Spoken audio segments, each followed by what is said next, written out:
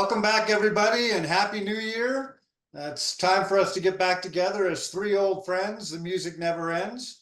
This time, kicking off the new year, we thought with the Bob Dylan movie out, we thought we would just start off with doing a full set list, 15 songs of just one artist, Bob Dylan. And I think we're going to kind of do this throughout the year as well, where we, at the beginning of the month, pick one artist and then take it through that. That gives us an opportunity to really delve into a lot of these great artist collections. And instead of just playing one song here and one song there, we get an opportunity to showcase our five each for each of us, our favorite songs by that artist. And so we picked Bob Dylan.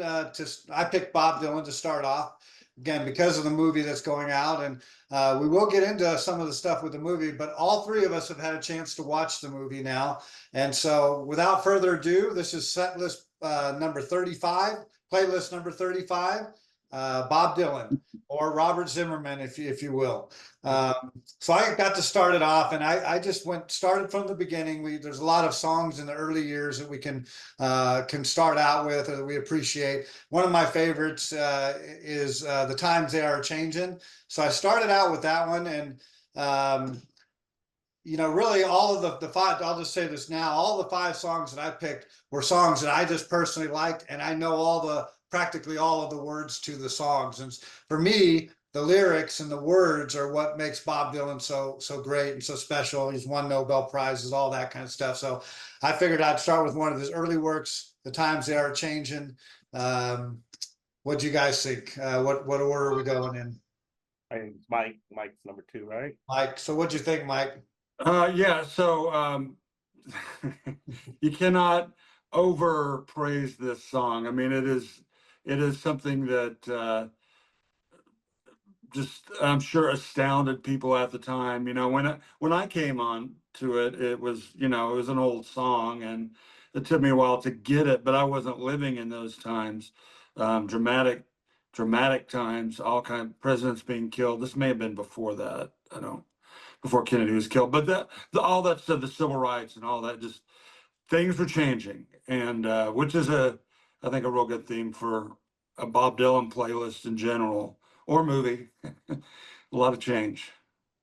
Yeah, this song, obviously it's one of the greatest, and I echo y'all's sentiment that it's one of the best, most well-written songs. My take from it is, and we can always talk about the movie, my takeaway is this, because he does say a line in the movie about when he's being challenged about his electric stuff. It's like, do you listen to the words? And my thing is, as 20-year-olds, you listen to it, but as 6-year-olds, when you listen to the lyrics, are we listening to the lyrics? Do we, songs about the youth, your kids are you're rapidly aging and stuff like that. So it kind of turns the table, from us, from being 20 to 60. Should we be listening to some of the, it's easy to discard the youth and stuff like that when you get older, because you think, but that's exactly what he's talking about.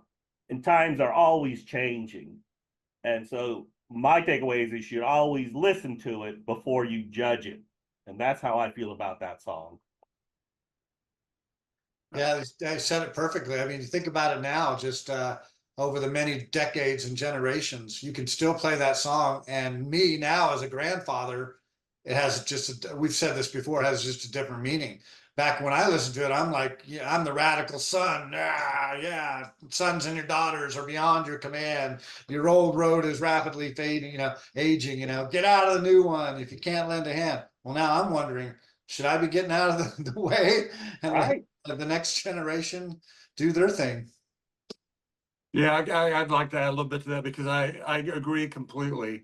The ears that I had when I listened to it when I was 20, it was like, I was in the mindset, yeah, tear it down, let's we're the people that are going to make it happen, however you, not tear it down, but whatever you look at it, it's like, we're making the change.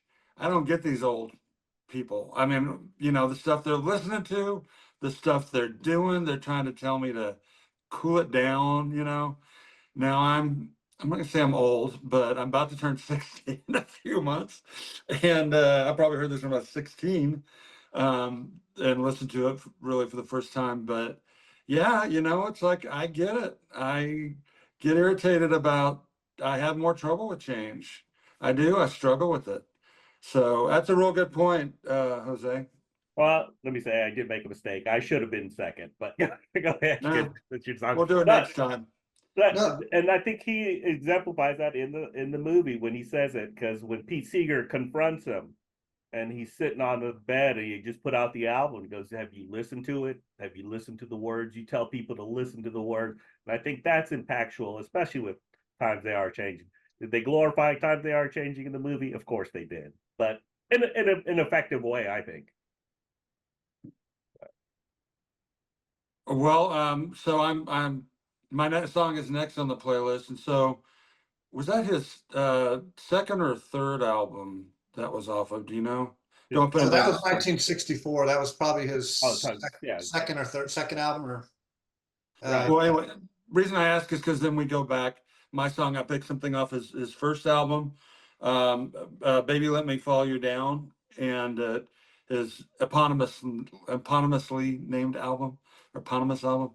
Anyway, he I'll say a little bit more about this record, but this song in particular, it's not really a political song. It's just a fun little song. It's well arranged. He did not write it.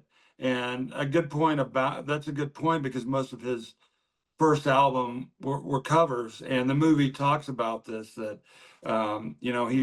he's wanted to do his own stuff, and they're in the studio, at least the first recording session, maybe a little bit after, they're like, no, no, no, no, let's do the well-known folk songs. And then they actually hear what he's writing, and they come out, okay, well, maybe you can, yeah, maybe you can do a little.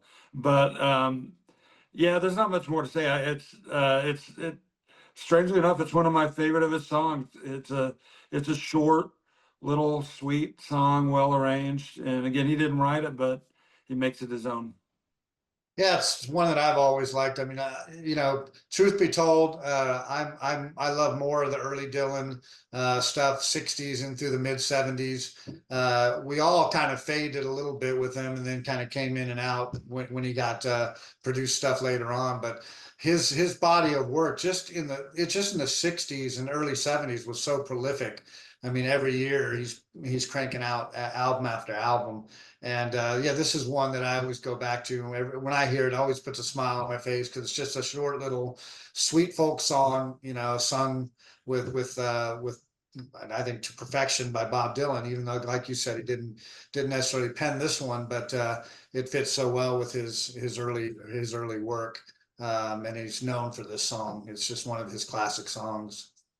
Yeah, let me piggyback again on Mike. And believe me, I'm no Dylanologist, but I was telling Mike before that, yeah, I started doing too much of a deep dive in Bob Dylan, or watching at least 5 different documentaries and even the interview with him. And you come to find out that, yeah, the first album, there's only 2 original songs on it. Songs for Woody, then the song I put in, Talking New York. Now I'll get to that in a second. But yeah, and you can see in the movie, if we're going to kind of weave it in and out of his, uh, you could see that they set it up to be Joan Baez and Pete Seeger, like, you need to be the folky. Just keep doing these covers. You need to be the folky. And then his girlfriend, who's played, by Elle Fanning, she's like, you need to do your own stuff. You need to do your own stuff. And like Mike said, when they heard, like, when you hear a song from Woody, even Pete Seeger and Woody Guthrie are like, wait, what? This guy's got something. And the second song on it was Talking New York. And that's one of the reasons I put it on there, because I knew it was one of his originals. And you can already see the basis, the foundation of where he's going early on, and his lyrics, and pointing out certain things in life, that are both humorous yet impactful. And Talking New York is one of those songs. He comes in, he makes a little joke about the weather, the New York Times, I feel cold, stuff like that. And that was kind of his foundation for, like, this is where this is heading early on. Now, there's always a bunch of different songs, and I'm sure we can all talk about all the songs that he gets in, talking this, talking that, and then leading into my Dave, but the ballad, those songs soon become his staples early on. And so, Talking New York was one of the reasons I picked that. So Yeah, and I like that one too. And I'll just you made a nod to it, but I do like those talking songs. There's a talking John Birch Society blues, talking World War III blues, talking Bear Mountain Picnic blues, and they're all really funny. Some of them, like the John Birch Society and World War III, obviously have some behind the humor is some deadly serious stuff. But this one, it seems it's more. It really is more a little bit about. It could almost be part of a description of the early part of that movie. His story going to New York, going to Greenwich Village, getting paid nothing. His frustrations with that, and what's the line in there? It's like um, people have. I'm not going to get it right, but people are hungry. They have no food on their table, but they have a knife and a fork. They got to cut something. that's something, Yeah. which is So anyway. seems so flippant, but at the same time, it seems so deep. It's almost like he's saying it flippantly, but man, when you hear it, you're like, ooh, ouch. I don't know how he does that. It's like he'll say something that sounds simple, and but then if you think about it for a second, it's like, wow, that's profound. Right. And that has deeper meaning. And I'm not even sure if he even knows it, because he rambles out verse so fast, that he said, well, he can't contain it. He just has to get it out there. I like the line in there where he says, well, I got a harmonica job begun to play, blowing my lungs out for $1 a day. I blow it inside out and upside down. The man there said he'd love my sound. That's just really good, but is it worth $1 a day? Well, later on he talks about getting a better job, and it's so autobiographical the way he writes. He's writing about stuff that he's going through and he's doing. Right. Well, let me just say in the writing his lyrics and then watching his, and I heard this twice, and then I heard it once, and then someone say it, and then I heard it in the 60 Minutes with Ed Bradley when he's talking about writing the songs. He says it's magic. I said, no, I get it. It's magic. Now, magic as an illusionist, no, but for him, magic was like, this just occurred to me. This just happened. This occurred to these songs just boom. I had to have them and it had to come out. And it was magic. And I think as an audience, it's magic for us. Because we're like, wow, what did he just do? What kind of trickery was this, to make us think like this? So I always found that pretty profound by him. He tried to, because let's face it, all musicians are asked, oh, how do you come up with these songs? And sometimes, and Mike knows this, when you're you're writing a really good story, and you write a good line, it just comes out, from experiences, from things like that. And, so I thought that was rather fascinating. Yeah. Well, the next, are we any other comments about those first three? I think those first three went good because they were all the early stuff, the first three on those. But then I shifted gears a little bit a few years later, I guess 1967, and put on the Ballad of Frankie Lee and Judas Priest off the album John Wesley Harding. And I have to confess, and maybe Jose, you can correct me to 100%, but I'm pretty sure that I didn't own this album, and so if I heard it the first time, it was probably Jose either putting it on a mixtape or hearing it over at his house once or twice. So it wasn't until years later, that probably past my college years or whatever, that I stumbled back upon it again later on in life and realized how much I missed the song and how much I really love the song.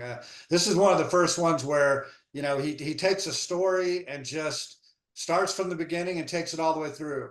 And while we're talking about it, I had to look it up because I don't always know the terminology, but it's it's something called a through composed song, a song that doesn't repeat a chorus, and instead the music and lyrics develop continuously.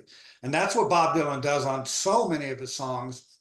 Is that he does that. He starts from the beginning. You would know that the song was called The Ballad of Frankie Lee and Judas Priest, other than the first line, or throughout the song he weaves Frankie Lee and Judas or whatever. But he doesn't have a chorus that sings that. He just tells the story of Frankie Lee and Judas Priest all the way through. And to me, I think that's I love the storytelling part of it, the singer-songwriter kind of part of that. And in this case, with it, there's so many other hidden things that you can play into this song about what it's about and what the meaning of it. Some of it is literal, though. He gets into the moral of the story. The moral of the song is one should never be where one does not belong.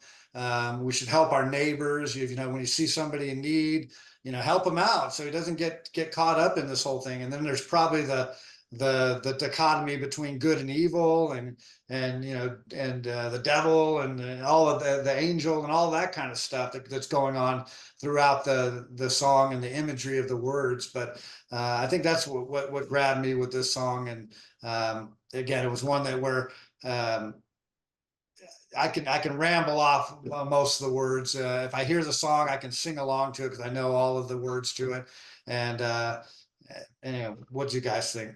Oh, well, it comes off John Wesley Harding, which, okay, I'll go into a little history. Obviously, it came after his motorcycle accident when he was kind of in his dead period, and he was doing the stuff with the basement tapes. And he actually kind of was almost reverting back to his roots, so to speak. And John Wesley Harding founded by, Nashville Skyline, saw albums that were ingrained more in the down to earth kind of stuff, and music like this. And so I had the album, Dave. I know I did, and I'm sure we played it. We didn't play it all that much, I'm sure. I mean, it's not. It's a fantastic. Well, I went back and listened to the album the other day just to see, because when I saw a documentary, realizing, oh, he came off his motorcycle accident, and this is what he came up with, and people are like, oh, crap, this is really good. And they were, because everyone was thought, he's done. He's kind of done. I mean, they've said that about him numerous times, but this song, and the song itself, I've always equated it to is, what would you do for somebody else? That's always how I look at that song. What would you do for somebody else? These two people are interconnected. So what would you do for somebody, friend, lover, wife, family member? What would you do? And he lays it out there. He doesn't judge it. He doesn't give you an answer. He just lays it out like, this is what they did. This is the story. You guys decide. So excellent choice, I thought. Yeah, I love this album. I love this song, although I cannot at this moment remember the other songs I listened to on that record.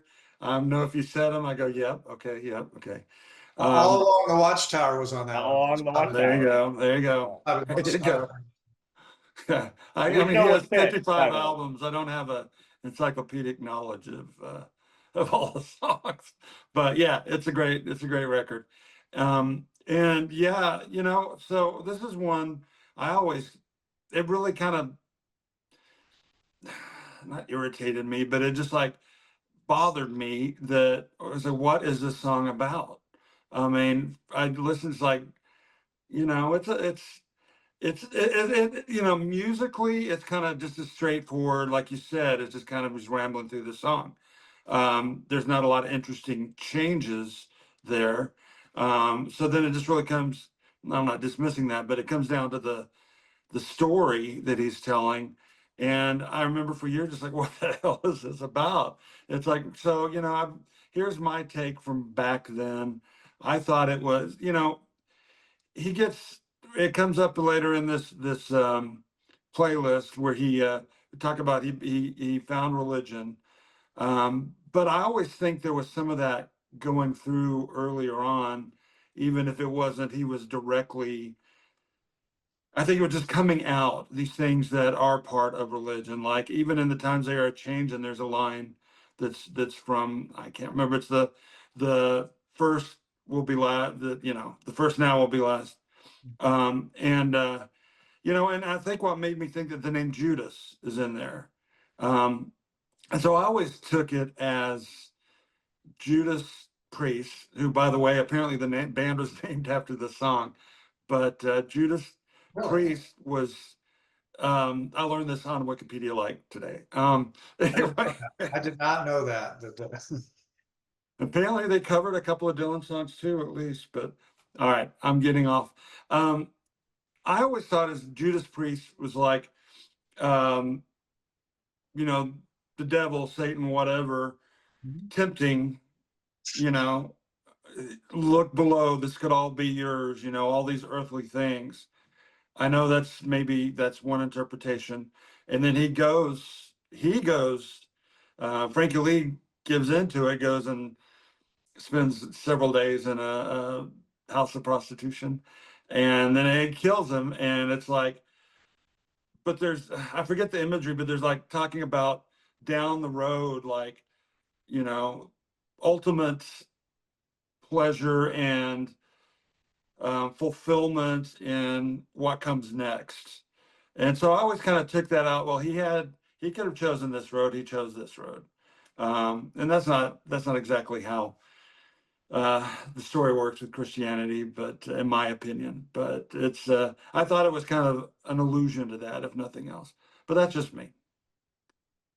So I don't know if you guys want anything. I think your interpretation, I mean, that's why I said the good and evil, and, you know, it's a temptation. It's kind of like, almost like the devil went down to Georgia kind of thing. You know, hey, here's the roll of bills. Which one do you want? You know, pick which one. But once you do, you're mine now. You're going to have to follow me. And that's where the neighbor boy kind of comes in, and I said, well, he could have helped him. He could have, you know, got him away from that. So I think your interpretation of that is similar to what I thought. It was kind of that uh, you know, temptation of good and evil, and go with the guy, and then realize that that's not the best road for you, you know, and all of that. So I think you're spot on. Yeah. Wikipedia kind of backs it up a little. Just a song about lyrics refer to two friends, Frankie Lee and Judas Priest. Lee asks Priest for a loan of money, and Priest offers it freely. Lee spends it in a brothel, oversees it, and dies of thirst in Priest's arms. So yeah, it's temptation. It's the apparently it was also about Albert Grossman dealing with the his contractual obligations and stuff like that. So take that for what it's worth. Take Wikipedia for what it's worth. So yeah, That's true. That's true. So, you know, the word Judas came up in a song, and so that immediately brought to mind, and the reason I chose the next one, which had been on my list, Like a Rolling Stone, live from, I think it was in Manchester. It was in England in 65 or 64, somewhere in there, 65.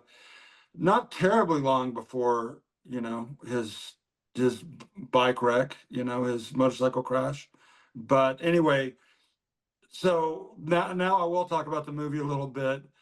Basically, well, first this starts out. Um, People have been mad at him because he went electric. Basically, he started playing with the band backing him up electric. Mike Bloomfield and Al Cooper. And then later, I think on this recording of did I say Like a Rolling Stone? It was the Hawks, most of them, except for the drummer, I believe, they became the band. And he had a continuing relationship with them. But so he had played this show in England, and the first half was acoustic, and apparently that went fine. The second half was electric, and the folk purists or whatever in the audience were not happy about this. And this was not the first experience that he had with this kind of reaction. I'll get to that in a second. But so he comes out. He had just finished, I'm sure, playing. I don't know what he played before, but it was electric, several songs, and then he's getting ready. I guess this is the closing number anyway, Like Rolling Stone. And there's a pause while they're getting set up for the song. Someone in the crowd yells Judas, and people kind of laugh, and other people are yelling stuff. And there's kind of a pause, and Dylan's like, "I don't believe you. You're a liar." And then he turns around, and it's harder to hear in this recording, but he turns around to the band and, cutting out the expletive, he says, "Play it loud." So, and they did, and the rest of the song, I haven't heard a lot of other live versions from this time period, but it sure seems like he's really yelling out those words and aiming them at the audience, you know, taking his anger out. I read something recently, well, while we're researching this, that it actually hurt his feelings. He wasn't just angry. It was like later, that wherever this quote was, he said, you know, try playing under the weight of that, you know. And he was more than just angry. He was upset. He was hurt. But And just one last thing before I talk about the song itself. It's he in the movie they referenced kind of the first time he had a bad crowd reaction to going electric was at the Newport Folk Festival, and people booed him. And I won't go into all the stuff that goes in there. It's basically very similar, except they changed it around and made that concert the one where this stuff happened. Somebody yells Judas and all that, and he responds back and play it loud and all that. And it was a woman yelling that out in the movie. I was initially kind of critical about that because they do change a lot in the movie to make it flow better. I know there are a number of reasons. You can't have, a whole 20 minutes on the people being mad about him going electric. Well, more like 40 minutes. But I get it. You got, to keep an audience, you got to kind of make it flow. But the song itself, like a Rolling Stone, he's my take is he's just judging somebody who is not really. And basically, he's just heaping scorn on them. I'll let you guys talk a little bit more since I spent so much time on the other stuff. So why don't you go ahead and go into that? I'm sure I'll agree with you. Well, I'm not going to really break down the song necessarily. I just want to talk about like, okay, we just mentioned we're about some of us. Well, Jose's about to hit 60 here. He's the next one, and then I'm right behind him, and then you're after that, Mike. And this song is 60 years old. And that is amazing that, when we were born, this song was coming out. It just to be talking about a song 60 years later and how it still has an impact. It's an iconic song. Anytime you rank and look at the top 100 rock songs of all time, this is going to make the list. It's going to be somewhere on there. Rolling Stones done their thing or whatever over the years. But yeah, and Mike, like you said, this is when he went electric, and that album Highway 61 Revisited was different, a departure from what he had done before. I'm trying to put it in like some kind of an analogy that I could understand either today or sometime in my life.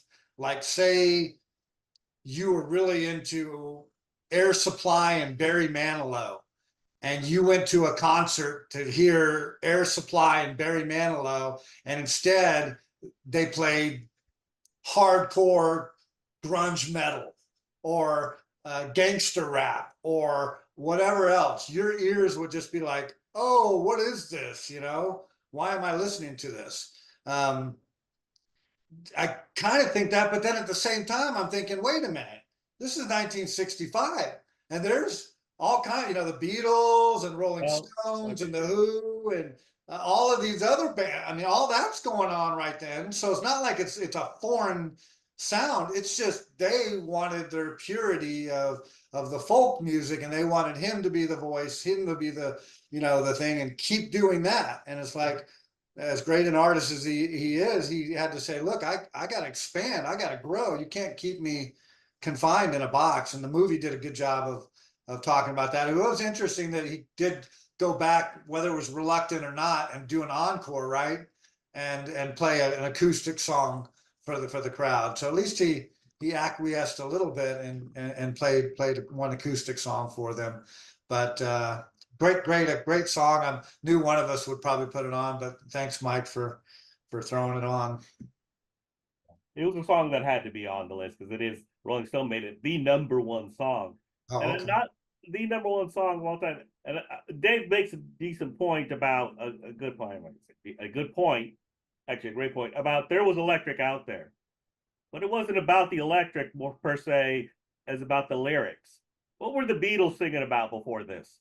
She loves you. I want to hold your hand. All of a sudden, this guy's writing something that's like, oh, Napoleon in drag, in the language that you use. A Siamese cat, and all these things. And the Beatles like, oh shit, we can write stuff like that. That was the true impact of this song. Is we're writing something smart. Rock and roll doesn't have to be about she loves you, yeah, I want to hold your hand, because like you said, Dave, it was out there. the British invasion had hit, and they even kind of allude to it in the movie that we don't want that British invasion stuff coming. That that's and you're just like, okay, I agree that yeah, he stunned him with the electric, but that was that crowd because, like you said, millions of people. Beatles had already been on Ed Sullivan, right, in '64. But what were they singing? She loves you. She loves. So the impact of this song, as I see it, is the lyrics and how it became mature and how rock and roll was taken serious now, not just some flippant. She loves you, yeah. I wanna. And all of a sudden, the Beatles are coming out with Rubber Soul, and stuff like that. So I'm a loser, and songs like that, influenced by, and obviously they met Bob Dylan, and there's a whole story about that. So yeah, and as far as the movie goes, I don't think anyone was throwing beer cans at Bob Dylan. I don't think there was a fisticuffs throughout the thing, but it's great dramatic effect. Sure, there was booze, obviously, and there were people who hated it. But the way they portrayed is like a near rioting occurred. It's like, no, that's not what happened. Sure, there were people who were upset, but it's like Dave said, they've already been introduced to this. I'm sure 50 or 70% of the crowd was like, this is what I want to hear. This is what I like. So Yeah. that's what I take from that. Y'all want to add anything to it? Well, just that, just to kind of add on to that, and what we said at the first song is like the times were changing, and the folks that he was writing in that same kind of culture, that folk stuff, just a couple of albums before, they weren't wanting. They were like, folk is going to be it, like forever, I guess. And that's not going to happen. If anybody knows anything about music, that never happens, even when it was much more tame, And yeah, it was like the scene where you talk about him. Um, have you listened to the lyrics of this? They were listening to the Kinks in the background, Right. And I know that was just for the movie, I guess maybe that's true. I don't know, but yeah, it's like the Beatles were going to happen. They were a force, and they were affected by Dylan and others. It move out of the way if you can't. Folk music. There's some deep stuff. There's some very light stuff, but it was going to change like anything else. Well, I think No, go I ahead. think the part where Pete Seeger, though, I think that was actually, they said it was actually, he did try to talk him into that. And Pete Seeger was very passionate about the folk movement and all of that. So I thought how, again, I think, was it Ed Norton? Is that who? Yeah. Right. I played the part great. And there Yeah. probably was some of that given, like, hey, but we need you to be the face of this. And I heard later, or I saw something where, I mean, Pete Seeger was like, had to go before like Congress and stuff. And because they thought he was a communist, and that because he wanted to play "This Land Is Your Land" or something, right? Something like that. Yeah. I'm not. Yeah, I'm not going to delve in. I already told Mike my story I don't about the know. time I don't about know much about it other than the yeah surface part of that, that but Pete Seeger was kind of pro Stalin. So oh. he had his critics. Now, of course, they were going to take it out on him in the Red Scare. But yeah, we can we don't really want to delve into Pete Seeger and him not. He actually did a tour in Soviet Union, but he was so pro Stalin that he wouldn't denounce Stalin and his acts of this dictator who was responsible essentially for 20 million lives being, sent to the gulag.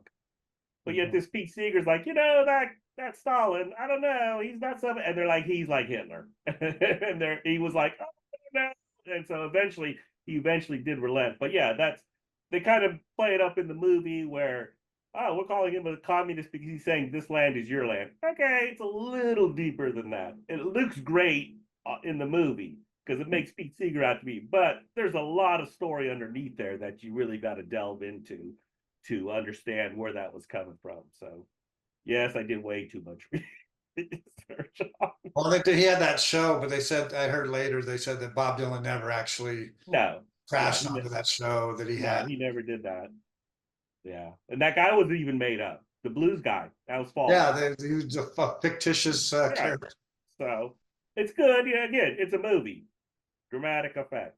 I'm with Mike. Yeah, sometimes you just get upset, like, why are you doing this? You don't have to do this, but you do because not everyone's like us who've been listening to Dylan for years and decide Exactly. they don't want that audience. They want a general audience. They're going to tell a story that's more generally more broad minded. They're not going to get into the okay, let's delve into Pete Seeger and see exactly what he did, or what a dick Bob Dylan really was, or stuff like that. Not that they don't portray it a little in the movie, which I thought was well done. Pete, let's face it, Bob Dylan was an a-hole at times.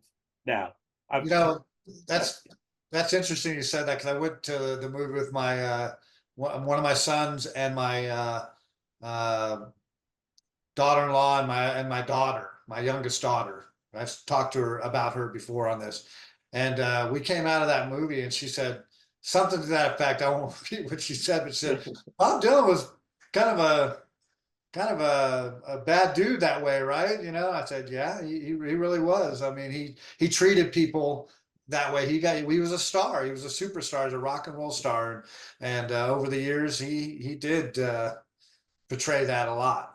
well, yeah, he's sleeping with Joan Baez while he lives with another woman. He's a womanizer who's sleeping with somebody else. No one's thinking this guy, and then goes over to Joan Baez's house, which is fictitious that he went over there, but starts writing this song so she can watch him write a song. What a dick move! It's like, yeah, better than you. Now I'm going to show you how much better than you by doing it right in front of you. It probably didn't happen, but It had that behavior has been caught on video. What was it? The Pennybacker movie documentary. yeah, DA no direction. Oh, not Yes, that's what I Don't keep Look Back. saying. Don't look back. Yeah. So and I don't remember the exact way the scene played out, but she's there. Joan Baez is in some of the scenes, and he's basically ignoring her, kind of making some snide comments to the side. On this, he knows he's on camera, doesn't care. Yeah, So, and the scene where he is arguing with her on stage, like, you sing that, Blow, and I ain't singing that. That obviously never happened. But it just goes to show you what kind of person he was. And it kind of leads into my next song, Maggie's Farm, because as much as Bob Dylan was, at least he was true to himself. He knew he was kind of a douche. He knew, because he knew he didn't want to fall into the trappings of, let's face it, mainstream media back then. What did they know about rock and roll? What did they know about Dylan? They're hearing about, oh, he's a teeny bop, these teeny boppers from the Beatles, and these are groups. And Bob Dylan's like, that's not me, and I don't want to be put a label on. And because of that, I respect him, and he's done that his whole life. He doesn't acquiesce to anything. He doesn't put on labels. He doesn't like labels. And my song was Maggie's Farm, which is about, if you believe what it's about, him shunning the folk scene. I ain't gonna play your songs anymore. Now he does it in his own unique way with his lyrics. Like, I ain't gonna work on Maggie's Farm. No, I ain't gonna work for Maggie's brother. He's talking about the folk scene. You're not gonna pin me down as a folk singer. I'm gonna do this. This is what I do. So don't tell me. And let's face it, he did it his whole life. So as long as you understand that, and you understand who Bob Dylan is, I give him credit. The song I picked was from 1974 when he toured again for the first time since 1966 with the band. And that's my favorite live Bob Dylan is the 1974 tour, because he does, first of all, he has one of the best backing bands of all time. And it was just a great way to reintroduce himself and bring himself back to it. And of course, getting back to the song, yeah, it's one of those songs where, yeah, like a Rolling Stone makes the stink, and they all like to put it on the thing. But Maggie's Farm was the one where all the folks like, damn, he's really taking us to task. Like a song we did put on, Positively 4th Street. But he was good at those. Here, I'm going to call you out in this song. What are you going to do about it? I'm Bob Dylan. I don't care. And he put those people on blast. And what were they going to do? Nothing. And then all we do is go buy the album. So that was one of the reasons I picked that. yeah, that's that album. Let's see, I'm going to get them confused. The Highway 61 or Highway 51, and what's the other one? Bringing it all back home. All back home. Thank you. I bought those both at the same time, and they're almost like two sides of the same record, a four-sided album, you know, two albums of, those weren't the first two I bought, but that's when I really got seriously into his music, starting about there. And they, every song on those, they're great. This is one of my particular favorites. And he did, that's at that Newport, that was one of the songs he played that was getting booed. And I can't really add to anything to your description, Jose. The only other thing I will add is in 1986 at Live Aid, U2 did an extended long set, and they cut in the song "Bad," I believe, but they cut in different things. They gave a new, and this song was on there, but the Maggie that they were referencing was Margaret Thatcher. I ain't gonna work on Maggie's farm no more, which was really interesting. This is before I even had the record, but I knew the song. I was like, huh, okay, I at least got that. So yeah, and I love the live stuff. Anything with the band backing him. There's several of the songs that we have on here. They do electric versions like "Baby Let Me Follow You Down." I don't know if it's this record. There's two different records that come from this tour. In fact, what's this? How many albums on this box set that they just 27 released? CDs. Every 27 shows, 27 CDs. They put out the whole tour, or pretty much the whole tour. So Yeah, it's great I'm stuff. yeah. So, all right. Well, I thought what was interesting is this one was the album right before Highway 61 Revisited, but it was 1965, so it must have been early in '65, and they put out another album. But this album had, I just wrote down a couple of things. So it had Maggie's Farm. It also had Mr. Tambourine Man on it, and Subterranean Homesick Blues, which we put on later on the playlist. But that first album was not as electric, or the Highway 61 is when he came out with that. So it's interesting that he picks a song that was acoustic in nature to then plug in and make it electric in '65 when he did the Newport Folk Festival. So I think that's interesting. And then also I think this is one of the songs that he played live a lot of times, right? It was one of those staples that he did, but it was originally not an electric song. And so if you go back to the original album and listen to that song, it's acoustic version of it, which is kind of neat. But anyway, just something to add to it. After that, then the next song on the list was my choice, right? And Tangled Up in Blue. And this has just, again, been now we fast forward a little bit into the 1974 and Blood on the Tracks. We've talked about this. We'll talk about it now. Just one of his most iconic albums. It has so many great songs on it, cover to cover. It's one of those ones where there's not a bad track, there's not a bad song on the whole album, and there's so many classic great songs. But Tangled Up in Blue is one that I've liked it all these years, but I could never understand or know the lyrics of it or what he's singing about.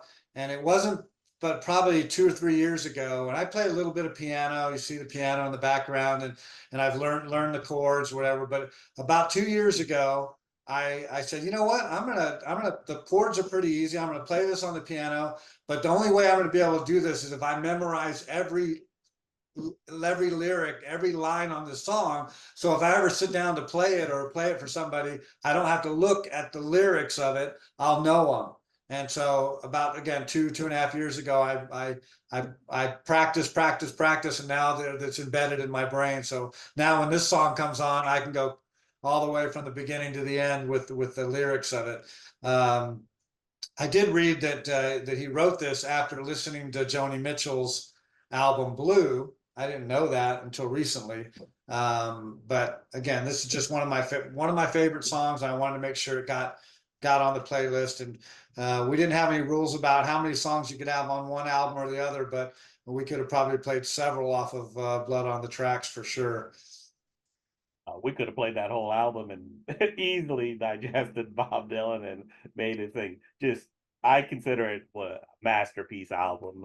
Every song on there you love, you enjoy. I remember when I first got it, I was with Dave, and when we got it, we put it on, and it was like, oh my God. we listened to it over and over, and it made its fair share of mixtapes here and there. So a lot of great songs on there. I'll let Mike talk about some things that he was talking about. I that were very quite interesting. But overall, and also he used to change up the lyrics at times when he would sing this song in concert. And another little off tangent is I just love when Jerry Garcia would sing the song, slow it down and bring it into a different realm. But yeah, there's not much you can say about Tangled Up. It had to make it. It's the best song on probably one of his top 3 albums. So Yeah, at this point on the, as we're making the playlist, it's occurring to me that there's only a couple of songs left, and that was just a sheer hell. It's like how all the great songs this guy did. It's like, did I really pick the best stuff? Even after we were done, I'm like, oh, but I could have done this, could have done that. And like you say, this album, we could have just gone through song by song in this album. It's hard to say something is his best work because there's so many high points he reached, and you can't really hold them side by side, apples and oranges. They're like just the ones we've talked about already are way different from this. This is a very personal album, although as he probably would, whatever the truth is, deny that a lot of this is about, like this song it's not really about me. It's just some stuff that came to me. I don't completely believe that. I think, had a divorce not too long before then. A friend of mine, I didn't even look this up, but basically said that was the impetus for this, and he sat down and wrote it in like amazingly short period of time. And they cut this record for the quality of I mean, everything just kind of gelled on it, the band and everything that was, uh, the everything, and it was cut, and basically he was done with it in a short period of time. That doesn't say that doesn't what isn't really, I'm not really saying there is, he did a whole other copy of this record and didn't like it and scrapped it.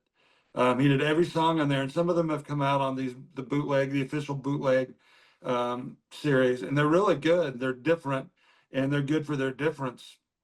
I still would stick by this, as such a great record. I was going to say something else about, just I've been looking through this. More than one musician has gotten really irritated about his tendency to get well into a cut of a song and scrap it or want to change it all up, which you guys have seen him in concert. He's known for doing I think I'm correct there. He's known for changing up. I'm going to play this a reggae style or whatever. But anyway, it's a masterpiece. I agree with you completely on that one. Before you jump into the next Sure. one, I wanted to add. So you mentioned the songs. These were just a few of them that I jotted down. Simple Twist of Fate, Tangled Up in Blue, You're a Big Girl Now, Idiot Wind, Shelter from the Storm, Buckets of Rain. I mean, it's just on and on and on. The other thing I wanted to add is, and I mentioned earlier about his style of songwriting and how he does that through composed. There's something else I looked up, and I don't know if I pronounced this right. It's called Stropic, Stropic. So it's a style of songwriting that he sings the verses, but then he just ends each verse with "Tangled Up in Blue." Who else does that? I mean, nobody does it. He's done that on a few different songs, but the fact that he writes in that style was just so different. And that they actually have a word for it. It's actually something that they say is a thing. Anyway. Yeah, I keep thinking of things. He apparently was influenced by somebody whose name is escaping me now, but he was intentionally jumping around in time in the song. It's not necessarily clear when you listen to it, but he described it as that's not a linear set of events.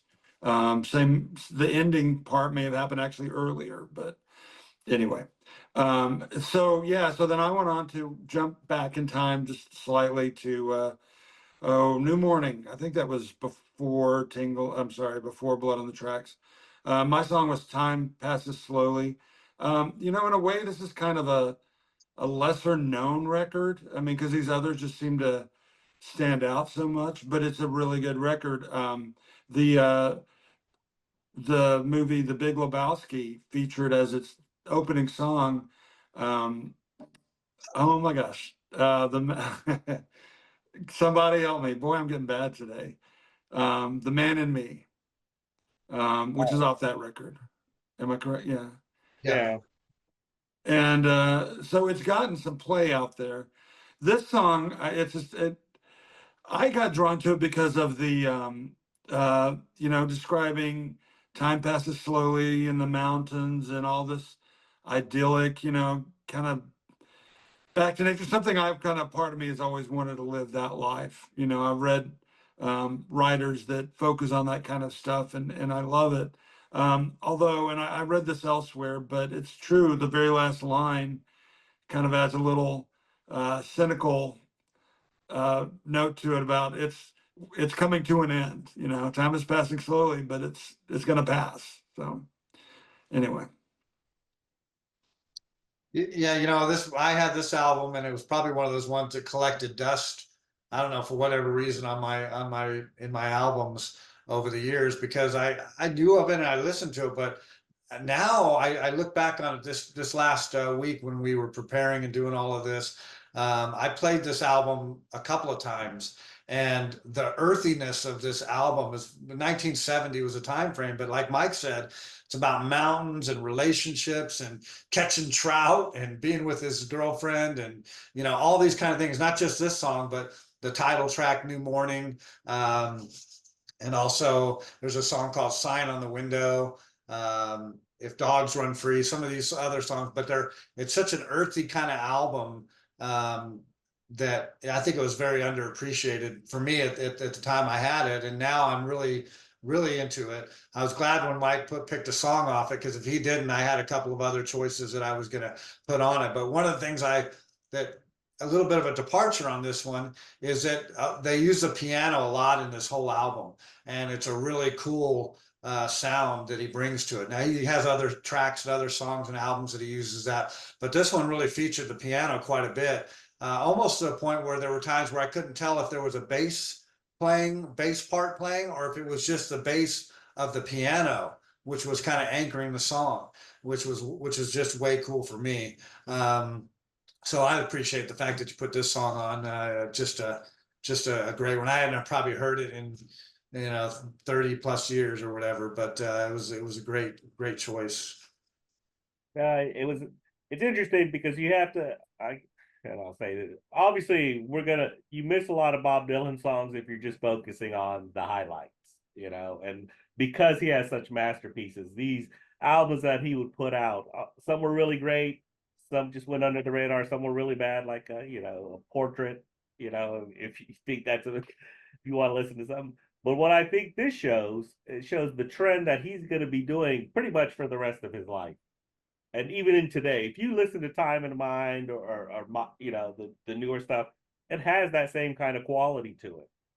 But no one was used to that with Bob Dylan, because he follows this up, and then all of a sudden we've got Blood on the Tracks, which is completely different than this one.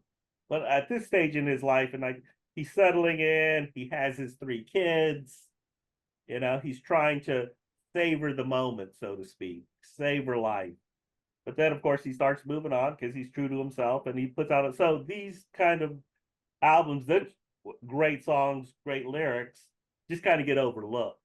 And I think that's what happened with this one. But that song is really fast. It's like Dave said, we've overlooked it for 30 or 40 years, and Mike puts it on. I was like, oh my God, this is this is Bob Dylan. It's just, where did this come from? And it's been there the whole time. You just got to unearth it. But we're so used to going, well, what do I want to listen to from Bob Dylan? Let me go throw Blood on the Tracks on. Let me go throw on Highway 61. But rarely do you go, I need to throw on New Morning, which we should do sometimes, just to understand that it's so complex. And how many albums did he put out? Over 50. So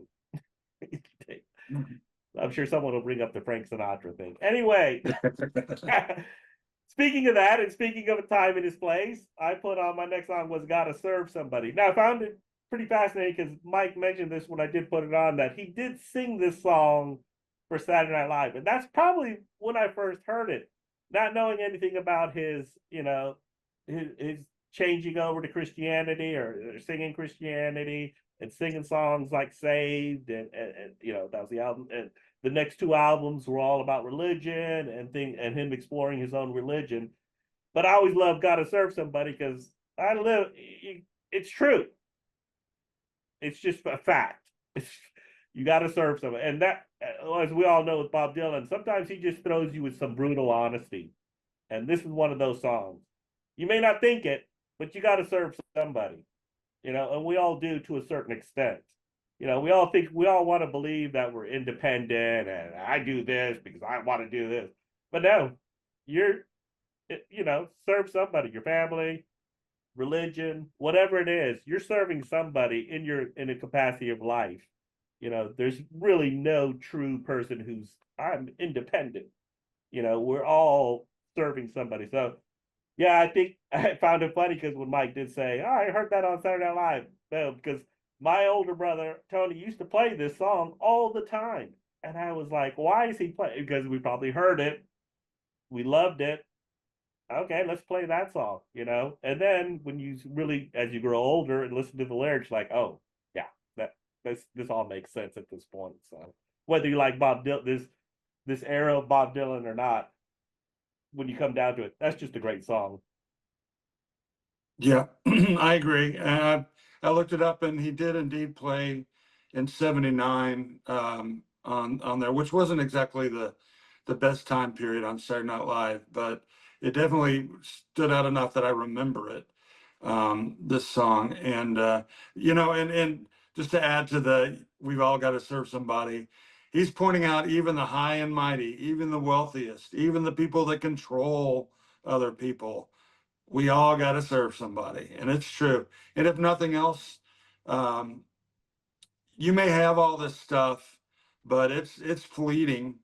And if nothing else, you're at the mercy of life, because it's going to take its toll at the end, or take its due, whatever. Yeah, and just on the religion thing, I was kind of confused at the time, because I was like, okay, I was kind of learning about him a little more, and so I had a Rolling Stone subscription, and so he was in there all the time, and that they would talk about, now he's doing all this, you know, Christianity, religion based, but then not too long after, I saw a picture of him at the West Wall in Jerusalem with, a big beard and, all that. And I'm like, huh, I don't know. I can't figure this guy out. And whatever, it's his deal. It's none of my business. But that was just something it took me back to.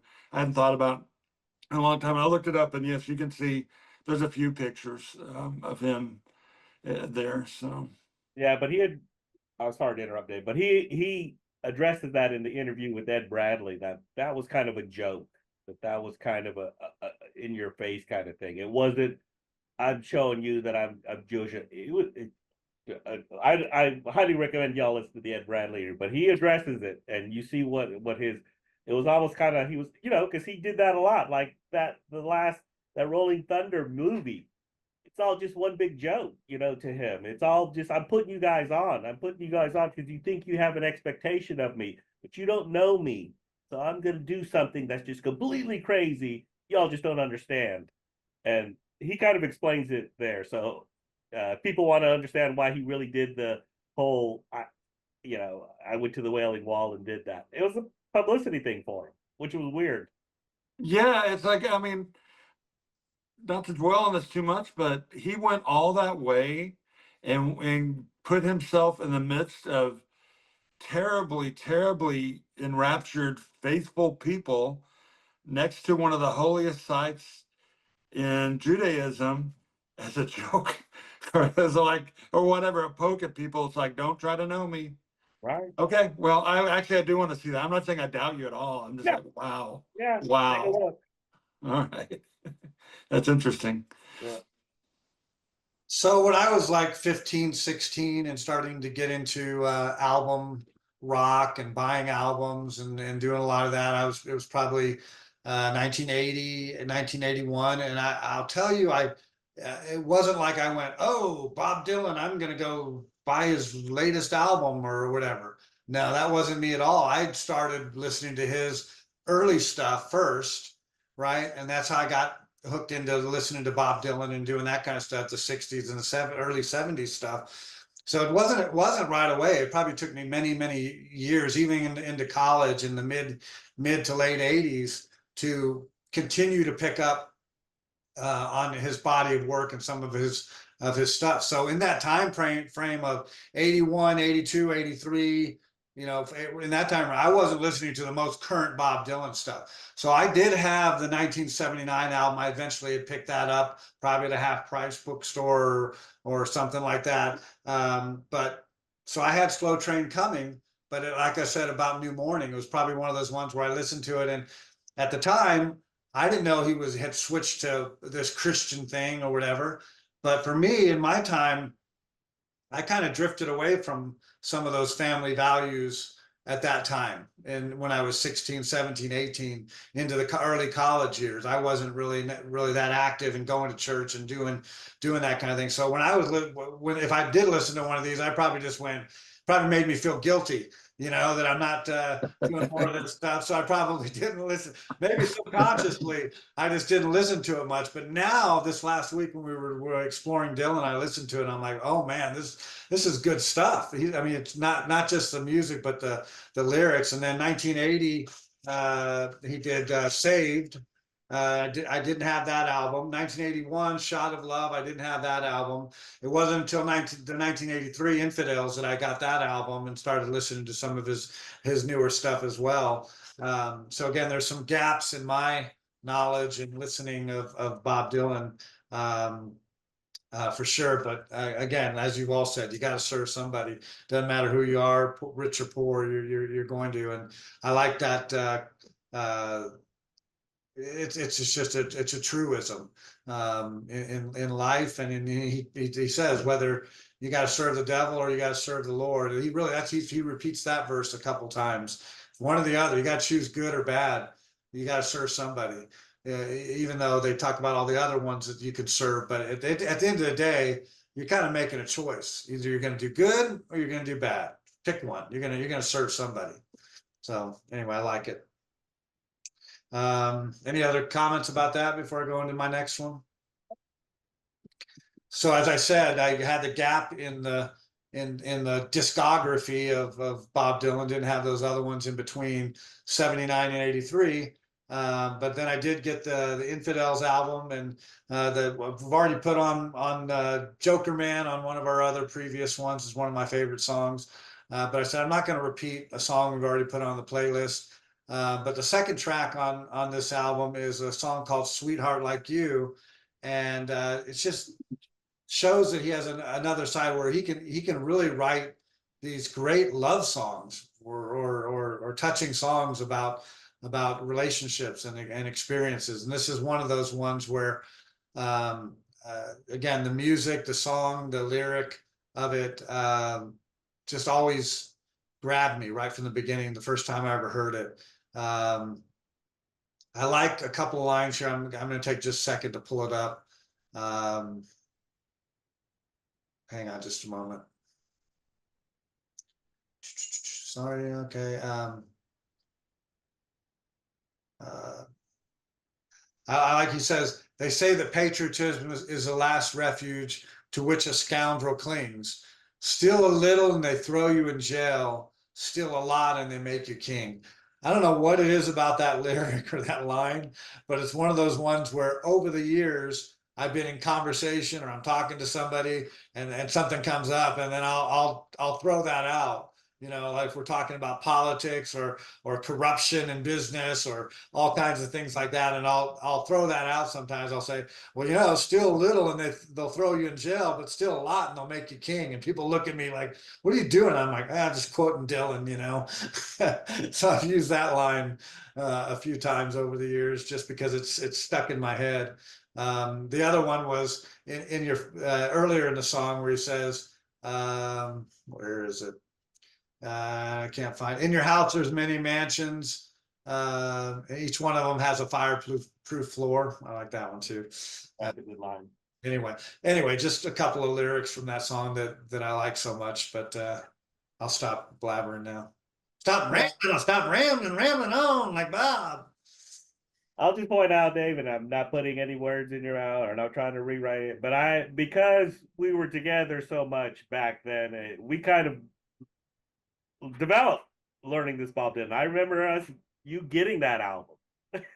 So we kind of grew up on that Bob Dylan. We kind of were learning at the same time, like, oh, this Bob Dylan, because we were making so many mixtapes that we were like, well, let's pull this. And then we did have the older Bob Dylan. I think we had the greatest hits. But all of a sudden we became this influx of let's listen to more Bob Dylan. Let's listen to Bob Dylan's really good. Let's listen to him. And so that became a part of our repertoire. Yeah, we didn't have Saved or Slow Train laying there, but we did have the old stuff. And then we had like, well, what's he putting out? What's going on here? This came out. Let's get it. And of course, I like the fact that you do point out that yes, he can sing a great love. He can write a great love song and pull it off, and that's something people don't think about with him. Like, man, he can really, really hit to the heart of the matter. No pun intended. So yeah, just a great thing. And I do remember you getting this album. I remember listening to it, and it was a string of, and when we get to the next song, it was a string of, we started getting newer Dylan and listening to newer Dylan, so to speak. So I don't know if you remember it that way or not, but this is how I remember it. Yeah, so this I'll say something that my 20-year-old self would never admit to. And the first two albums I got were Infidels and Empire Burlesque, and which I think one were one after the other.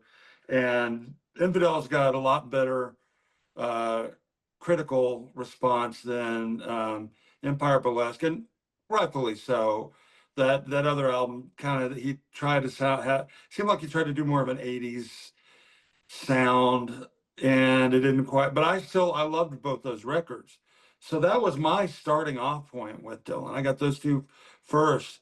I would, at the time, I wouldn't necessarily lie about it, but I would say, oh yeah, the times they are a changing. Boy, that was, Highway 51. I did get into that later. I really did. Not much later, but and probably right after, I'm like, okay, now I'm kind of getting this guy. He's interesting. But yeah, this is my starting off point, and there's a lot of songs on here I love. This one, I just think it's interesting that he, well, first off, that line you mentioned, I was prepared to myself to mention that line, and we could probably spend a whole hour just talking about that line. Look at our society today in the prison system. Look at who rises to the top, and is it a fair deal? That's what we could discuss. But anyway, yeah. And the other thing I'll just say, this song, I like how if at first blush, it's like a pickup line song. What's a pretty girl like you doing in a place like this? But then it's like everything else is like, he just starts getting a little deeper and deeper into the wildness and darkness and whatever of humanity and our society and all that. So good choice. Good choice. Let me just say, isn't there a line in there like, you should be almost misogynistic, where like, a girl like you should be at home? Yep. And you're thinking to yourself, is he being misogynistic, or is he just wants to take care of her? You shouldn't be doing anything but being at home and being, so I read something about that, and I went back, and when I listened to it and listened to the lyric, and I'm not sure that, I think he's trying to rescue her from maybe a failed relationship or something that's not going well. And he says, you deserve better. You need to, but yeah, people have taken that the wrong way. Probably if you asked him, he probably would say, no, I didn't mean to be that way at all. Right. That, yeah, taking care of somebody who could do you right. It doesn't mean you have to stay at home. It just means you shouldn't be in here where you're at work, you're being abused, maybe in a relationship, you're being abused, and I can take you away from that. Well, I think it's what Mike said is that yeah, this song has a different meaning than what it sounds like an easy pickup line. Like this should be a pickup line, but it has nothing to do with that, you know. And I think that kind of lends itself to that lyric. So Yeah. I thought, in fact, about an hour before we started this, drove home, and that was the last song on my. I was listening to the car, and that was the last song that came up, and that was about the last line that played in the car, and I'm always like, really? But I'm glad you talked about that a little bit more, because yeah. So then I went on to another '80s album. We are kind of moving forward in time, more or less. And so it was oh Mercy.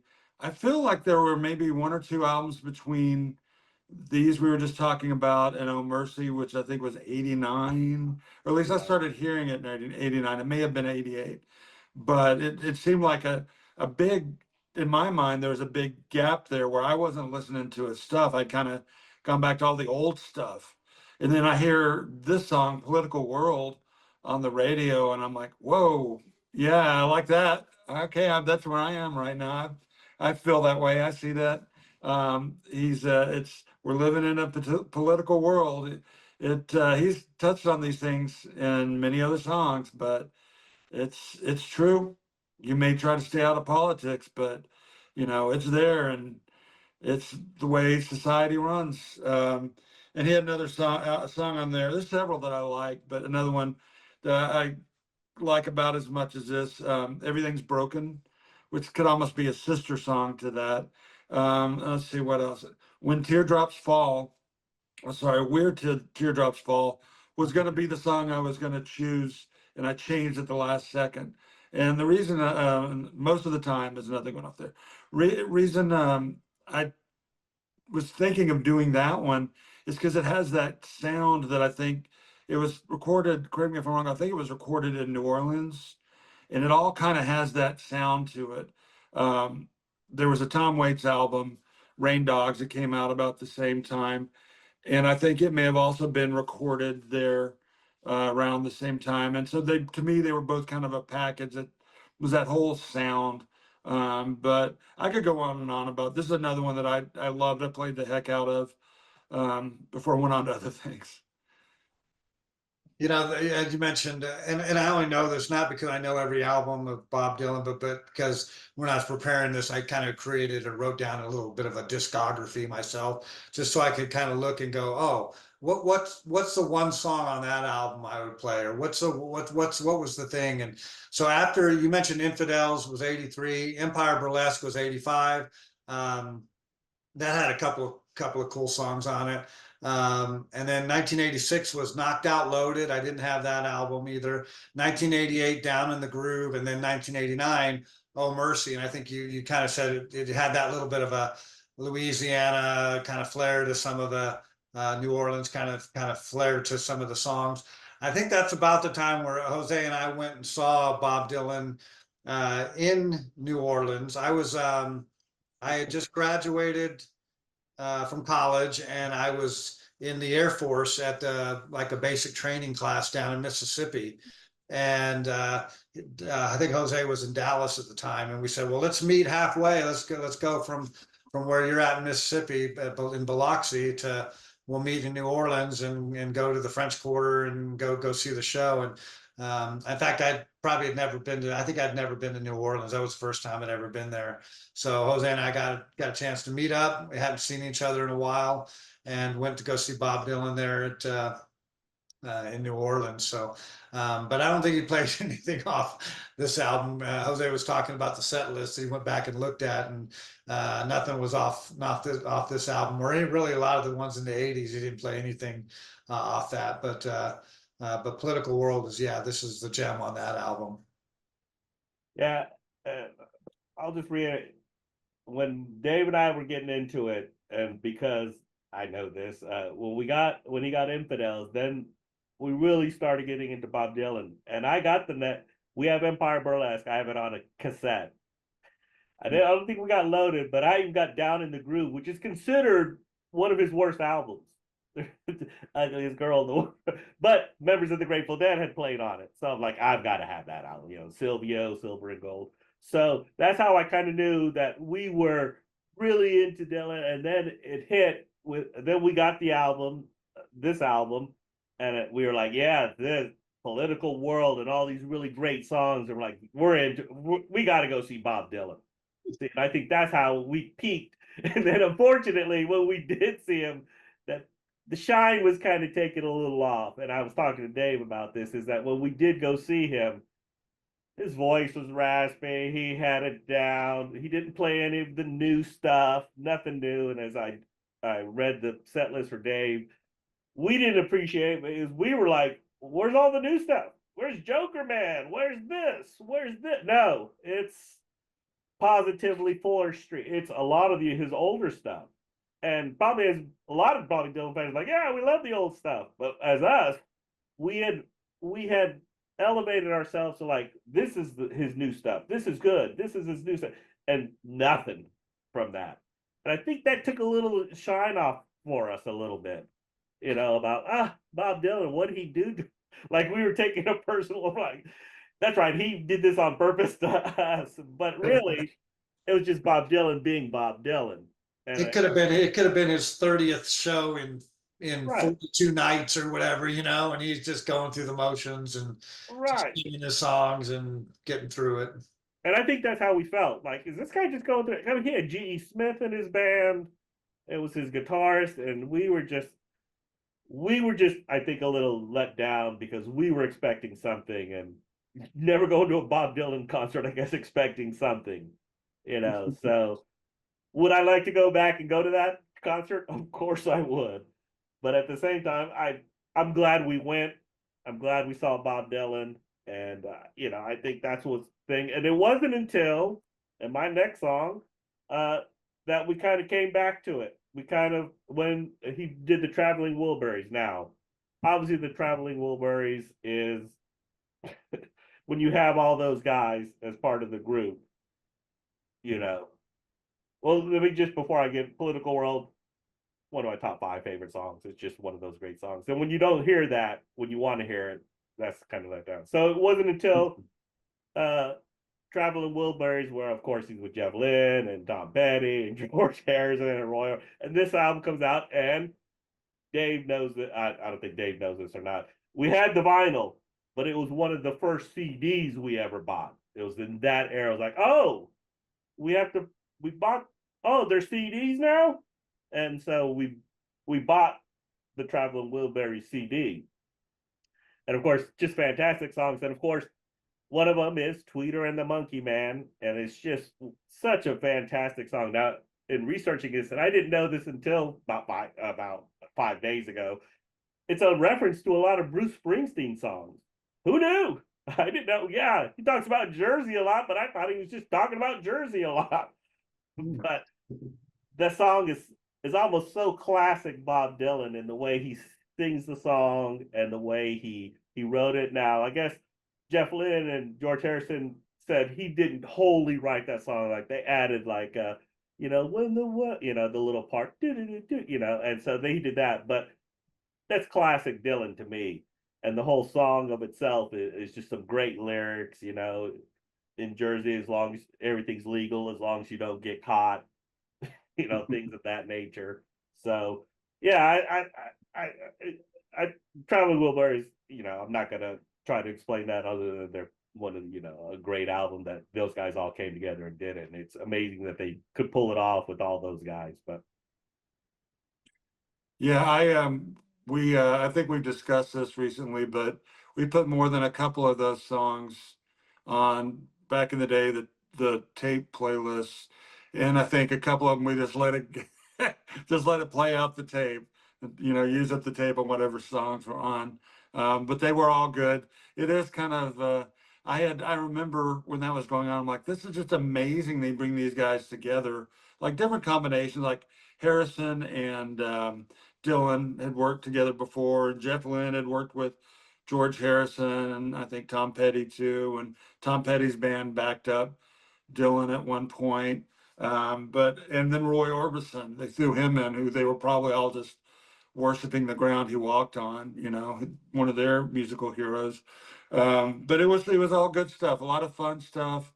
more serious kind of story lines, songs like this. And they did put out a second record, which was Volume 3, as a little joke on their part. And I just kept wishing, I was like wanting do more. I was wanting more. Go tour. I don't know if they ever toured, played a show at all as that band, but it's to this day. I had it on cassette. At least I had the first one on cassette, and I played it. I played it for my dad because I'm like, okay, Dad likes some of this stuff, right? But there's some of the what is it? I'm waiting to introduce you to the members of my gang. That song, there's a couple of lines in there. If you'll let me take your pickup truck and park it when the sun don't shine. And I'm riding along in the back seat with my dad and stepmother, and they're like looking at each other. But that's those guys. It's great. Like, what a combination of talent. Well, I'm glad you put on something by the Traveling Wilburys. You know, there's such an iconic group. I started thinking for a minute about. I know there's groups and people that get together now, and you see like featuring. It's now it's so and so featuring so and so, right? So you get a couple of them, but there's nobody pulling together a super group like this, or even like the Highwaymen that they did with Willie Nelson and Waylon Jennings and Johnny Cash and Chris Christopherson, who we've lost recently. They're just not doing that anymore. You know, it's just kind of not a thing.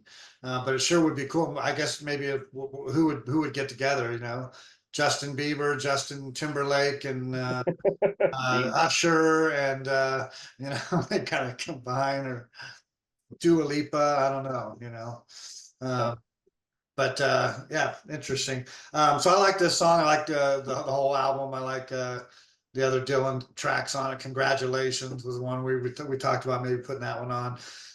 With this one, a few playlists ago, we did Bad Decisions, and I had this one on there because I thought, oh, this is a good one. You know, they're stealing cars and doing different things, and bad deals going wrong, and probably would have fit that playlist real well.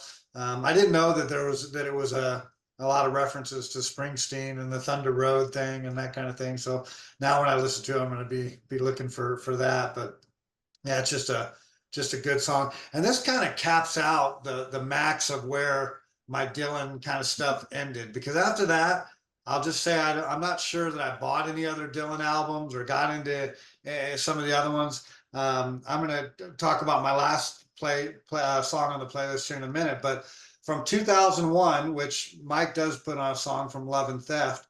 Then in 2006, Modern Times, didn't have that one. 2009, Together Through Life. 2009, a Christmas album, which they said was horrible. 2012, Tempest. 2015, Shadows in the Night. 2016, Fallen Angels. 2017, Triplicate. Any of these ring a bell? Not to me. 2020, Rough and Rowdy Ways, he kind of got back on. And then 2023, Shadow Kingdom, another album. Again, one of his 50 plus albums that he's put out over the years. But really, from about 1990 on, I kind of lost track of what he was doing. So I didn't really get into a lot of the newer Dylan. Probably have to go back and listen to some more of it to appreciate it. So my last selection, then I said, well, I'm going to go back in the vault again. Instead of going forward and getting into some of these more newer modern songs, I'm just going to play what was one of my favorites, and that was Subterranean Homesick Blues, going back to, again, 1965, bringing it all back home. And to me, I like this one just because of the fast-paced nature of it. I think there was a video out on it also with the cards, and he's flipping through them real fast. But I always figured, to me, this sounded like rap before it was rap, way before it was rap. This is rambling fast and fast and fast in song, and you can't remember. You got to write down the lyric to remember the song. And you remember the part of it, but you can't remember everything. And so I mean, I remember even Jose and I, we would when the songs would come on, or when this song was played, there were parts of it you could jump in and get that part. You go, oh, 20 years of schooling and they put you on the day show. I know that part. Pump Don't Work, but the Vandals took there, but you couldn't get every song, every word because it was just too much, you know. But I use this one too. So sometimes we're talking about the weather, and I'll say something to somebody. I'll say, "You don't need the weatherman to know which way the wind blows," and people look at me like, "Where's that from?" I'm like, "Subterranean Homesick Blues." You got to know that. Got to be able to quote Dylan in regular conversations. So this is one of my favorites. And over the years, I think I've gotten most of the lyrics down now, where I can fake my way through it. So anyway, fun song. Well, if you read any of my sports stories on occasion, you don't know which way the wind blows. I use that at least 5 different times. You know, you'd be at a football game and the kicker would miss the thing way wide because the wind was blowing too hard, or at a baseball game when they missed, and I would throw that lyric as part of my writing. Like you didn't need a weatherman to know which way the wind was blowing when he missed this kick. So I use that at least 4 or 5 times writing because it's a classic line. Never used "Pump Don't Work" as the Vandals took the handles because where do you put that? But yeah, he put this out. It was part of the his documentary, Penny Baker's documentary, and interesting enough with Allen Ginsberg. Ginsberg helped him, and they decided to do this on the spur of the moment in some the Savoy near the Savoy Hotel in England, and they intentionally misspelled words on it to keep people confused. And the way he would throw them down, that was all intentional. So people would be like, what's going on here? And Ginsberg was a part of it. So it was just, it was so, like Dave said, it was so far ahead of what anybody was doing. And now people steal that. I have stolen that idea numerous times. You know, it's something like, oh yeah, I'm going to do the whole cue card thing, you know. So just a fan, one of my favorites. I'm glad Dave went to it. I will say, I agree with you, Dave, that yeah, there was a certain limit where we didn't go put yeah, but there are albums out there. Obviously, he won Grammys in '01 for his newer stuff. So it's out there and it's fun to listen to. And I'm sure Mike will talk about it when he put his song on. But yeah, this song is Dylan. If it didn't make the list, we were doing something wrong. Yeah, this is I would say, besides Rainy Day Women, this is probably one of the more recognizable among the general population of song. You know, it's been played on the radio if you listen to any rock stations so much, but it's kind of, I look at it as kind of a relative to Political World and some of these other songs where he's like, here's the deal, kids. You're kind of, the deal is rigged, you know. This is what's going on. He just throws those things out. I heard it debated before, and I don't know, maybe you know, Jose, if he was referring to the Weather Underground with that line, or if that's thinking too deep into it. Yeah, people debate that. Even you had Ginsberg, so you don't know if he was kind of poking the bear there, so to speak. Yeah, but it's yeah, it's just every little line, just little chunks, you know, and it's all this big picture of here's what's going on, folks. Here's the deal you're getting. So there's not much more I can say about that. It would be a great one to bring it all back home, but I had to go a little bit more forward. My song does kind of, this is my last song, and it does kind of stand out in that then Jose, you know, it kind of goes back to an older song that really needed to be on here. But you never know doing these things, you know, how it's going to go. And so my song was called Floater, Too Much to Ask, which none of those words I think are in the song. It's off Love and Theft that came out, interestingly enough, September 11th, 2001, the very day of the attacks. And so I think that clearly overshadowed it. But I heard it, um, the whole album. I heard the first of it I heard was, I was driving back when I was a reporter, newspaper reporter in Waco, and I was on the cops beat a lot and at night a lot, and I'd be sent out to these just like crazy things that happen somewhere out in the middle of nowhere, miles from Waco, you know, in the night. I'm driving these little dark roads, you know, and a song or two actually that same drive kind of came in and out because there wasn't really close radio station. This was not one of them. But after I heard those, I'm like, I've got to go check this out because I had not bought. I think, I mean, I'd heard some of the records and I liked some of the songs basically between Oh Mercy and everything else, but my attention kind of went elsewhere from him after that. Again, there were some songs I liked. But then I heard this and I went and bought it, and I still to this day think it was a really good, strong album for him. It's definitely different. It came after another late period great album, Time Out of Mind, which followed when he had been really sick, maybe thought he might not make it. And so a lot of that, I think you played a song from that already once, Jose. I may be wrong, but it is that album has a lot of darkness connected to it because of that. This next one is basically it's songs painting a picture of the South, various different from various different angles, back like maybe the turn of the 20th century, early up to the 1920s and stuff. This song, I don't really know how to, I don't know how to say defend it, but I just like it. It's got a lot of humor to it, but you know, it's about basically kind of a ne'er-do-well. He's just kind of he's doing a lot of questionable things in the song, like I'm in love with my second cousin.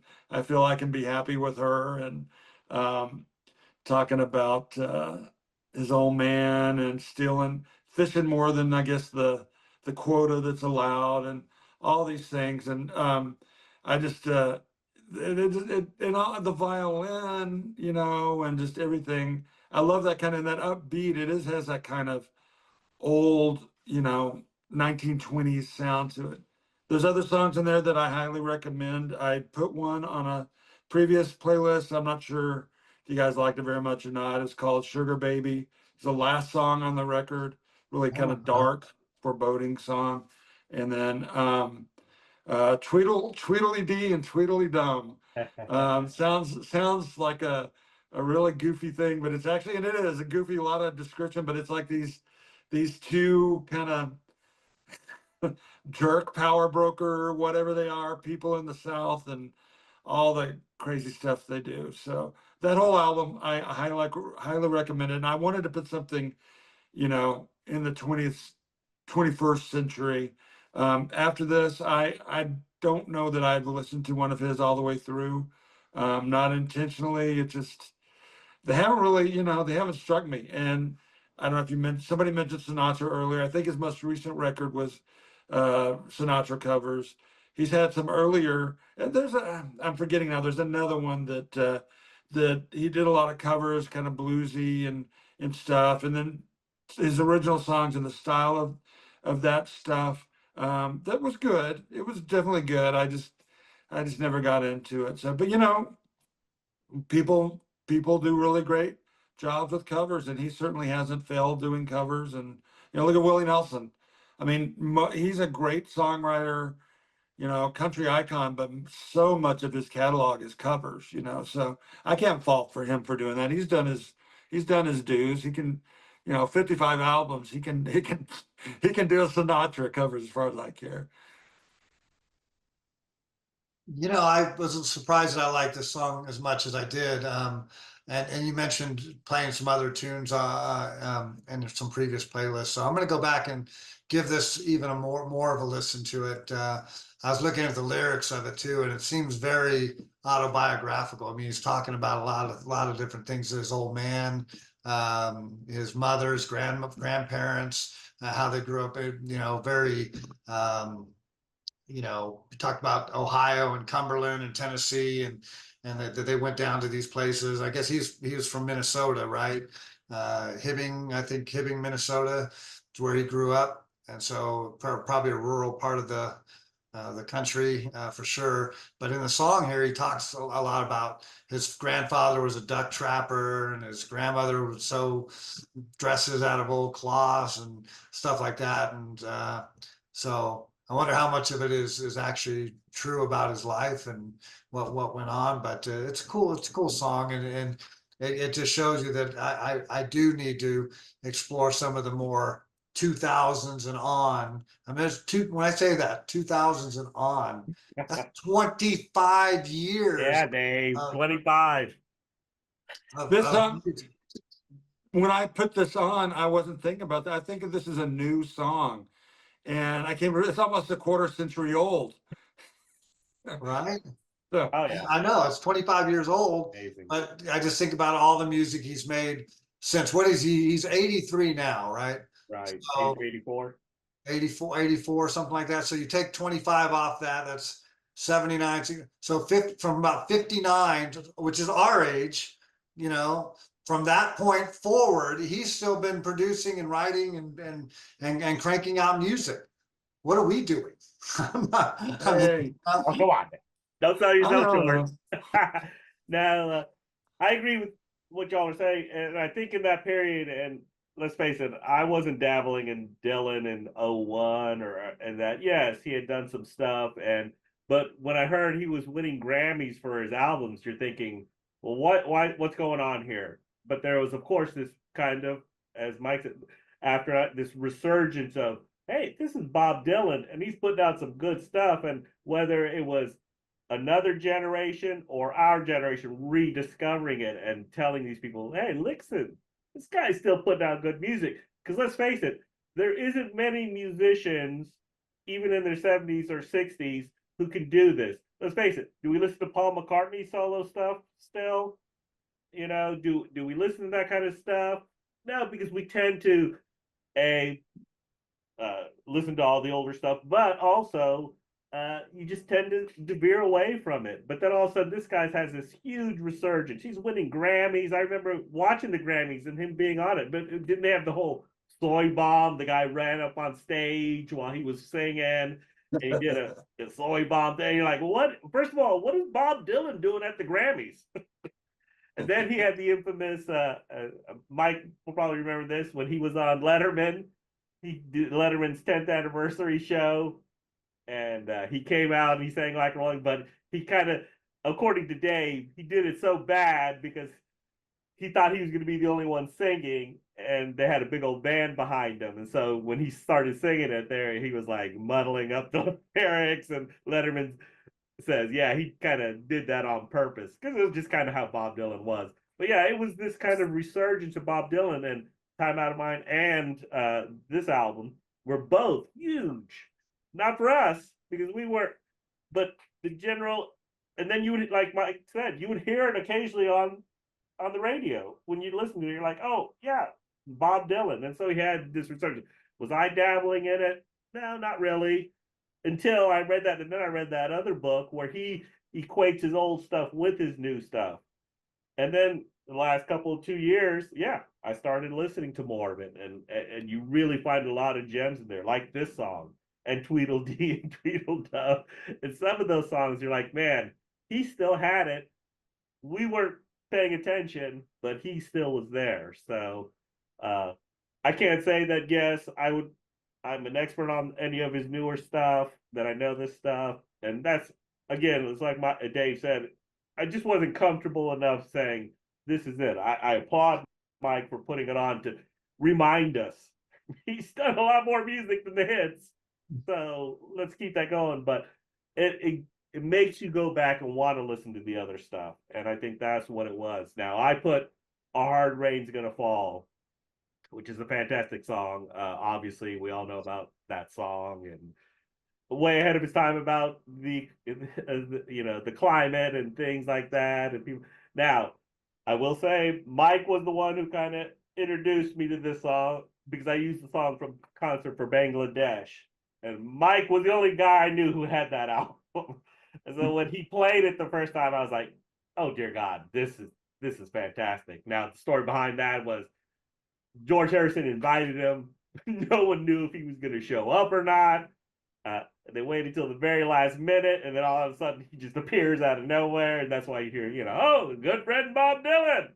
Here he is, and he does this whole thing. And he has a lot of good songs on there, but that version of A Hard Rain Gonna Fall with what they were trying to, raise money for, man, just has such a huge impact. So that was the reason I chose this version of it, even though probably the studio version, you know, as you look back, as Dave does, you know, sometimes you need to go with the studio version. But I thought this version was really impactful. Yeah, I agree with you. I do like I listened to the original just to kind of reacquaint myself, but uh this one he may have showed up or whatever, but he's clearly engaged, you know, in this song, and it was a great concert. That record, I we put a couple of songs from that on playlists because I didn't have the original. Like I did not have an album version of All Things Must Pass, which is crazy considering it now, because I think that's an amazing George Harrison record, which also has a Bob Dylan, a song he co-wrote with Bob Dylan on there. Might have to make a future playlist. Anyway, but yeah, I love that. I love the version. And the other, I think maybe he does "Baby Let Me Follow You Down." I forget what he does. A couple other ones on there that going electric really does add something to a new dimension. And I think it's a great way to end it because it's kind of it's just like it says so much. This song, it's such an iconic song. It's just so it's scary. The what he's talking about in the song, it's almost apocalyptic. You know, it's like are they talking about a guy who's like a prophet or something who's like standing up, you know, in the Bible and saying this is what I'm seeing's coming or whatever, and it fits with what's going on today, like you said, the environment and all that. Kudos. Yeah, this is one that I not that I forget about, but it's just one of his greatest songs of all time. And putting this on at the end of the playlist was a great choice. Really enjoyed it. I think it's one of those ones where I didn't really look at the lyrics too much on it, and just in preparation for this, I cut out all of the lyrics for each of these songs so I could listen to them while I'm listening to the song. And this is one where it's very poetic and how he weaves this. So I'm going to go back again and listen to this one again while looking at the lyrics because he starts out. He says, "Oh, where have you been, my blue-eyed son? Oh, where have you been, my darling young one?" But then in each of the subsequent verses after that, he changes it and says, "Oh, what did you see, my blue-eyed son? What did you see?" And then he says, "What did you hear?" And then he says, "Who did you meet?" You know, so he keeps changing um, the way he tells it, or what do you know, or who do you know, um, or what will you do now, my blue-eyed son? You know, so he changes it that way, and then he goes into the all the things that are going wrong, and then saying it's a hard rain's going to fall, and just a really cool song. Yeah, Uh, my favorite lyric is "Where black is the color and none is the number." What does that even mean? I don't know, but it is that is the number. and I'll Wow. tell it and think it and speak it and breathe it. Okay. And reflect it from the mountain so all souls can see it. Okay. Yeah, it's got a lot of I need to break this song down for sure, and probably I need to learn it like I talked about earlier. Learn all of the lyrics of it so I can sing it all the way through because it's such a great song. Um, so what were some of the other songs that we missed on, or that you wish maybe could have made the list, or any ones that jump out at you? Well, I think the biggest one I think for me was Hurricane off Desire. You own that album. Hurricane is just really great song. And I love there's some other songs on that, Mozambique, sing songs like that. But that's an album that we kind of skipped over, so to speak. But Hurricane is quite a long song. So but I think that was the biggest one that I thought that wasn't on there. Yeah, Black Diamond Bay off that album is really good too. Gosh, what did I mean, so many songs off Highway 51. That's the song, the title song, which is in the movie. It's like there's a lot of interesting commentary about the U.S. You know, have whatever 500 red, white, and blues shoestrings, and you know, I like the song. It's like God said to Abraham, "Kill me a son." Abe said, "What, you got to be putting me on." God said no. Abe said, "What?" God said, "You can do what you want, but next time you see me coming, you better run." Where do you want this killing done down on Highway 51 and 61. 61? Because he does have a Highway 51 in another song. It just It's all right. I plead age. So yeah, so Idiot Wins, Simple Twist of Fate. I mean, I could sit here for half an hour listing songs. All right, Ballad of a Thin Man is my favorite, but we already used that, so I didn't use that again. But that is my favorite Bob Dylan song. I think Positively Fourth Street's one that I think would have been, would have made if I had another song. And then obviously Blowing in the Wind, even though it's been overdone and overplayed, probably another one I would have put. Knocking on Heaven's Door is another one that I really like. Oh yeah. And some albums that we didn't even touch because there's so many of them. Nashville Skyline with Right. Johnny Cash. Hey, Lady Lay. Yeah, Lay is another one, yeah. Planet Girl from the Waves. North Country. Forever Yeah. Young. Yeah. Wherever you, just a crap ton of songs. Yeah, Did we have anything from Blonde on Blonde? I don't think so. That's just such an amazing album. Yeah, I mean, like you said, there's just so many. 15 songs. If we'd have done 100, we still wouldn't have covered it. So Just Like a Woman, Rainy Day Women, Visions of Johanna. That let's see, I think that's the one Leonard Cohen kind of said was kind of his pushed him into being interested in a way of performing. He had done poetry, but like it really inspired him to start performing that song.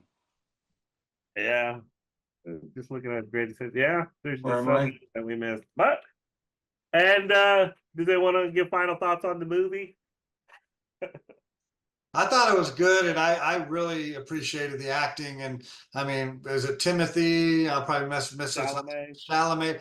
I mean, for him to be able to immerse himself in the part so much that people like my son and my daughters and everybody, they don't know Dylan, but I could tell them, I could say, you know what, he acted and sounded as much like Dylan as you can get.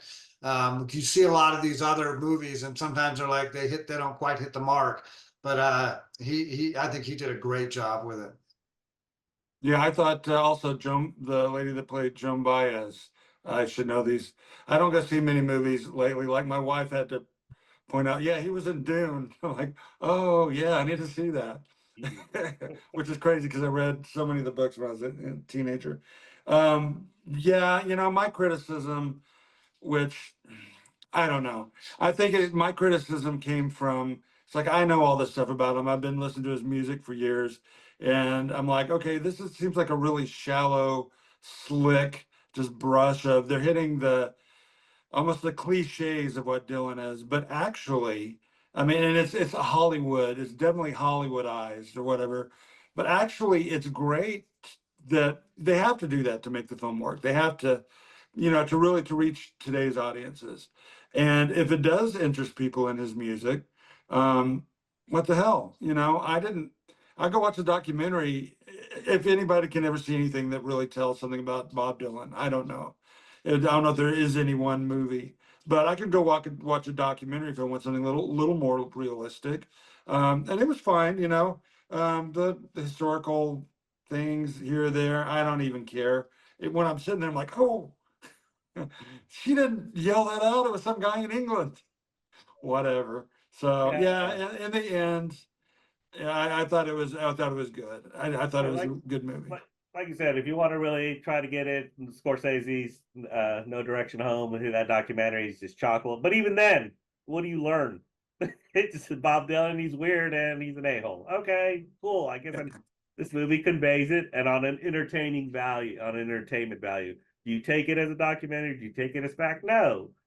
But it captures the essence of what was going on and what he was doing. And I think Dave touched on the acting across the board was just so fantastic that it really sold the movie, And like Mike said, I'm always one of those who's always, after all, I am the fact checker.